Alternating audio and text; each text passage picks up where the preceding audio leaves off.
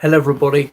It's George from Ireland. In this video, I'm going to ask is the People's Republic of China going to try and retake Taiwan?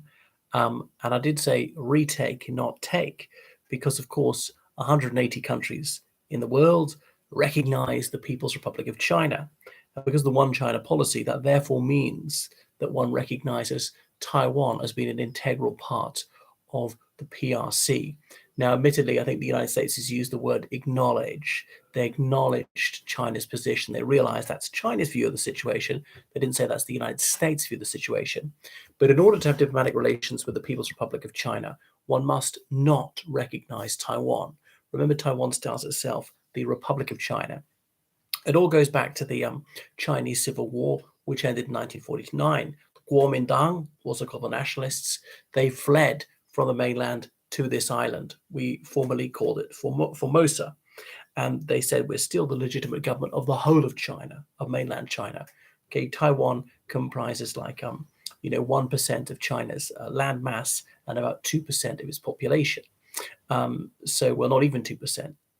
The People's Republic of China's got 1.45 billion people. Is that it?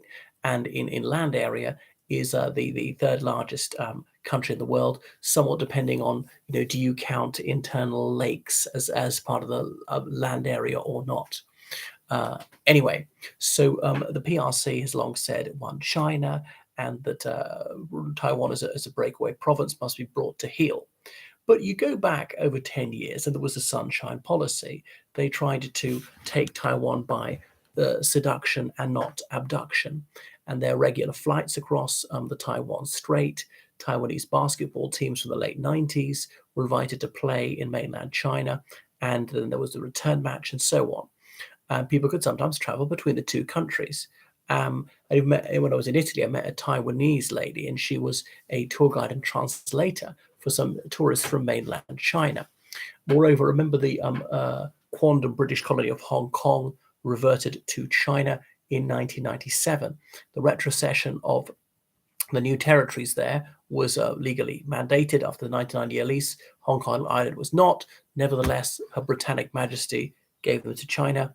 And then Portugal gave Macau back to China in 1999. But remember, with regard to Hong Kong, it's going to be one country, two systems, that in the special administrative region of Hong Kong, they could do things differently, use Cantonese and English as their chief languages, and that their civil liberties would be respected, habeas corpus, the right to free expression, free elections, no death penalty, and so forth. And that was going to pertain for at least 50 years as part of the treaty with the United Kingdom, signed off under Maggie Thatcher. After 50 years, the PRC could do what it liked. But anyway, they used coronavirus as a chance to get rid of all that. This has been thwarted by umbrella-wielding demonstrators in the years leading up to that. So China has crushed Hong Kong liberty. So the Hong Kongers have gone abroad. Some of them come to the United Kingdom, where they're allowed to settle, even if they've got no British ancestry, never been to the UK. So China could have tried to attract Taiwan by saying, well, we'll be nice to you. You'll still have the freedom you do now if you rejoin us. But that hasn't happened. They got frustrated. There were attempts to seduce opposition parties, but it didn't work.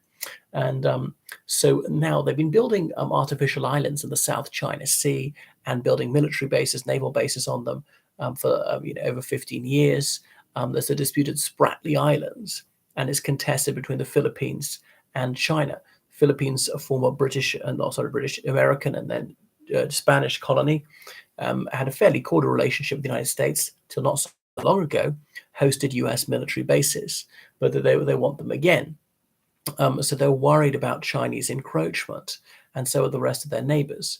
So President Xi Jinping, he's just been re-elected. Remember, it was a 5-year term for president of China, and the president had more or less illimited power. However, he was only allowed to serve 2 presidential terms, 2 terms of 5 years apiece, making a total of a decade. Well, he's been elected to yet another lustrum, but he's got rid of this, and now he can serve as many terms as he so wishes. So that was the only restriction on his very extensive powers. But this has potentiated him to pursue other more long-term policies. And he would like Taiwan back. They're often furious about this one. They say Taiwan is part of China. If you say to someone from mainland China, Taiwan's a country, you do expect a tantrum. But the United States has said they'll defend Taiwan. I'm not quite sure why, because the USA doesn't even recognize Taiwan as a country, has no diplomatic relations with Taiwan. But when Nancy Pelosi visited Taiwan over a year ago, the PRC was irate about it. So, and then even when the president of Taiwan meeting the Republican leader from the House of Representatives, that infuriated the Taiwanese again. So not the Taiwanese, the Chinese again. So will China try and retake it? They've been performing military drills, deliberately violating Taiwanese airspace. But in fairness, legally, it's actually China's airspace. So even though Taiwan's not been ruled by the PRC since 1949, it is legally part of China.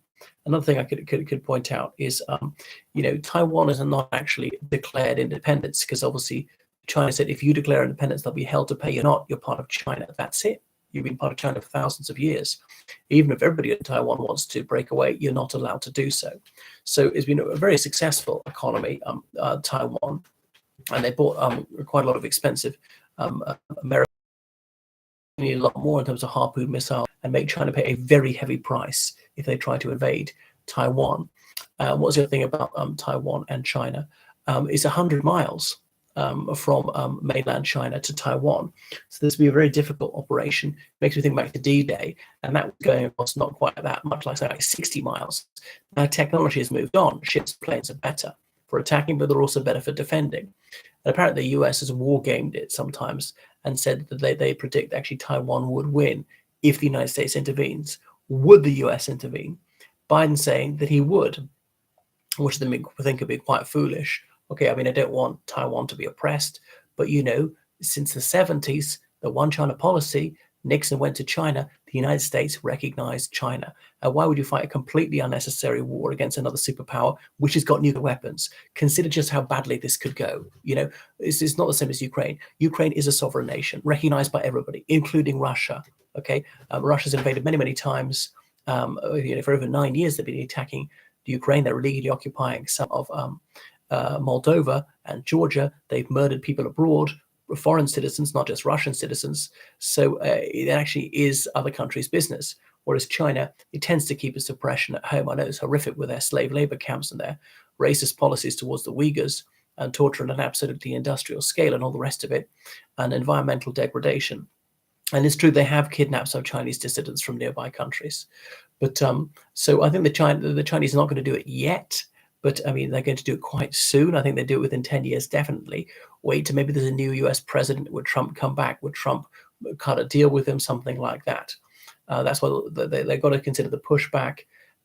China's got 1.4 billion people. If 10,000 get killed taking Taiwan, would they consider it worth it? I think they would. 100,000 maybe. And their military tech is quite good, probably not as good as American technology. And they can afford to, take quite a battering.